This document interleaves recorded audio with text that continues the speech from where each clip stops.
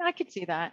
It goes back to, if we want a full 360-degree view, we need as much data as we possibly can. And a lot of these other companies are pulling data within their specific areas.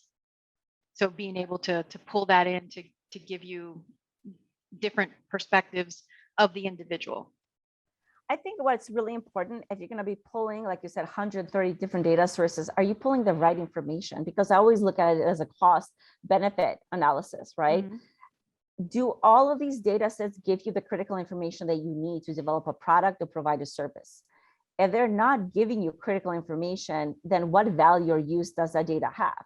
Data for data's sake, I'm like, great, you're pulling this, but is it helping you achieve a goal? Is it helping you achieve an outcome?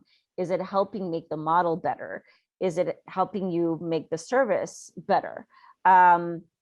If it is, then great. But if it's not, then I think, organizations have to be much more strategic to look at their data assets and say, okay, we have all of these data assets. Which ones are critical for us to sort of use and focus and concentrate to make them as much more usable, feasible, timely, relevant, actionable, spend our time, energy, and resources to make this, data set as usable, as equitable as possible. So then whatever product that we're creating is going to be generalizable, not only to our population, but then we can make it specific to our individuals that we're trying to impact.